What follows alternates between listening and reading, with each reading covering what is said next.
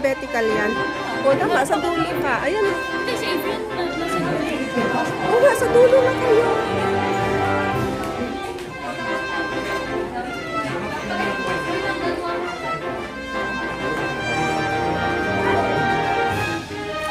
Anak, happy graduation.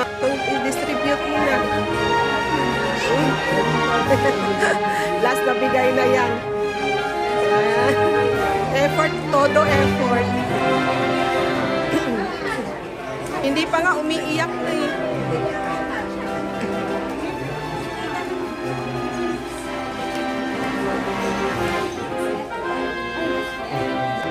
Suot muna natin.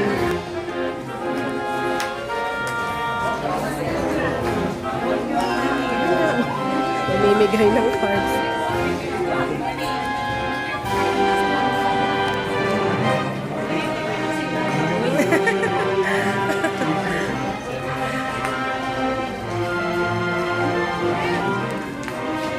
Oy! Oy!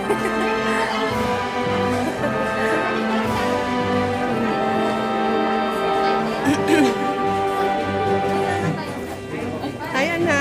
Picture. Smile. Okay. O, sino pamimigyan mo? Pamigay mo na.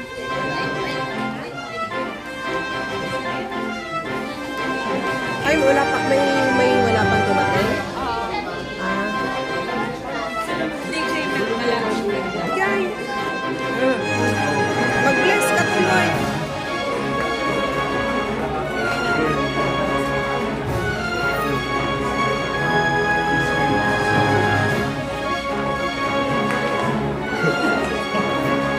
Wala na, be? Wala pa iba? Ano pa si Jan? Lahat na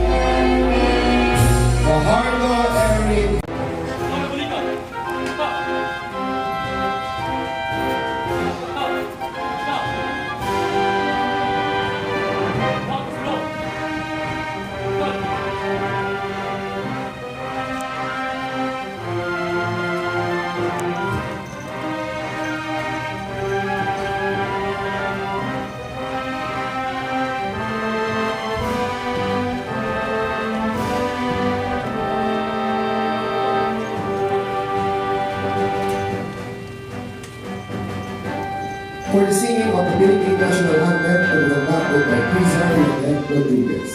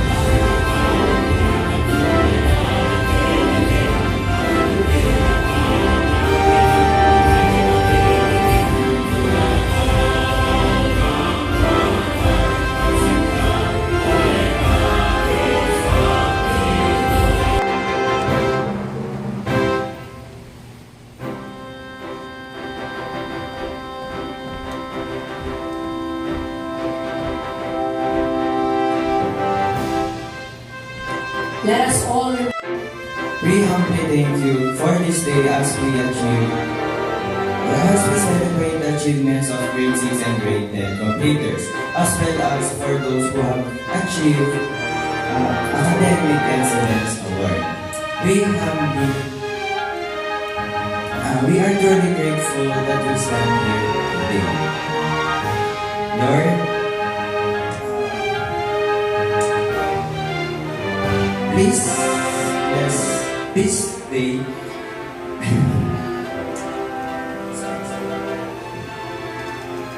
As we move forward to the next chapter of our journey, Lord, we ask for your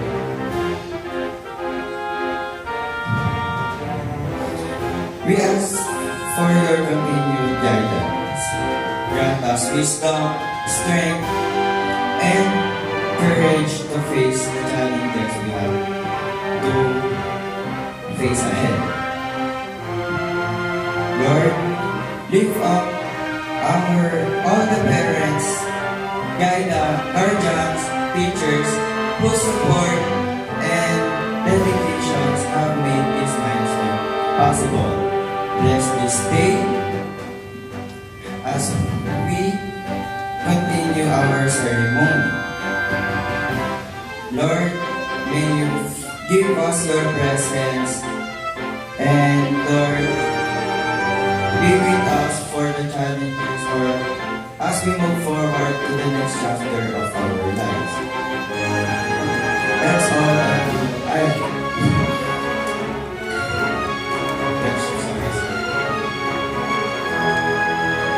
And in the mighty name of Jesus, everybody say Amen.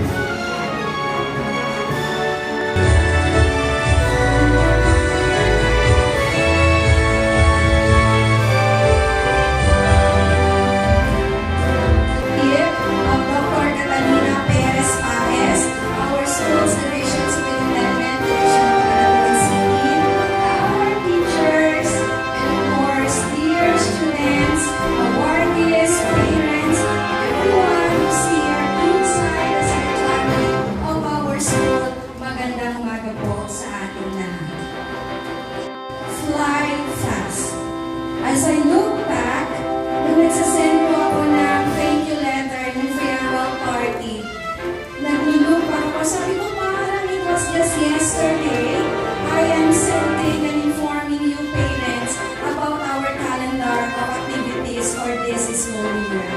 And today, we are all here, happily gathered to celebrate a significant milestone for our grade 6 and 10, their moving up ceremony for the undergraduates of their recognition. A testament of their hard work, consistency, determination, and perseverance. But my dear students, as you come up here on stage later and receive whatever recognition, whatever awards that you will receive, always remember, we're not just simply celebrating all those achievements, but equally important,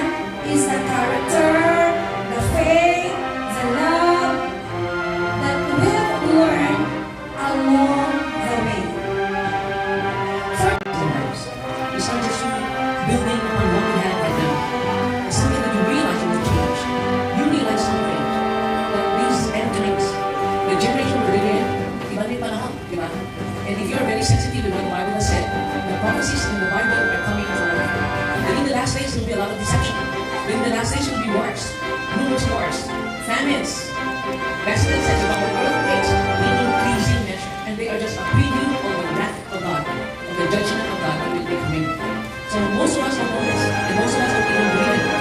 Whether we believe it or not, that's not we don't have it. Unless you approach the Bible as something we won't be right with the right only doctrines of salvation. And heaven and earth will pass away, but the word of God will definitely come to life. Not a single teal, not a single drop, not a single word will pass away. Every man's word, they just will come as peace. When we talk about the word of God, we talk about the Bible, unless you accept it as something that's inspired. One author, using 40 different writers, basically, because in the span of 1,500 years, not one word contradicted any other thing written in all these generations, unless it's inspired by God. So yesterday, I was listening to a lesson with some of our graduates, and I'm happy that they went through the journey of faith. They went through, not everybody, just a few. You cannot expect the majority of the people, kasi may it will not be very popular, it will not be acceptable to most of the people. But those who are thirsty, those who are hungry for truth, those who are pursuing righteousness, and it's not just academic excellence, it's not just your rewards or your achievements, because they're all temporary. Tough times are coming, and evil times are coming. How strong are you in your faith that your only hope is in Christ Jesus? Kaya tayo tayo center. Family here that we treat our students as our own kids, spiritually speaking, so that we can visit them, have the heart for them, and not just feed them with knowledge. Because a person is academically competent, or even in sports, in music, and dance, whatever talent, creativity and all, doesn't necessarily have the authority if he doesn't even understand the times we're living in. Young people today, they have struggles with their own identity. Kaya parents, if you don't even know your own identity, if you don't even lay down a very strong foundation of truth in them, that's something we're teaching about it. Because a lot of people, we are all consumed with lies. We are so comfortable with lies. Lawyers' lies. Talking about accountants, bankers, doctors, parents, politicians, everybody lying. You cannot expect everybody to be telling the truth, otherwise everything will collapse. And we're comfortable with that.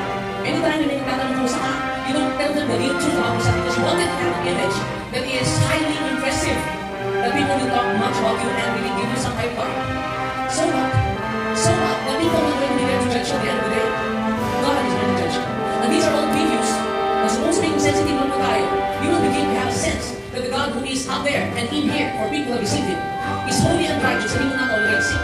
People rebel against God, people rebel against the Bible, they believe in themselves, just like how the serpent deceived Eve right there in the Garden of Eden.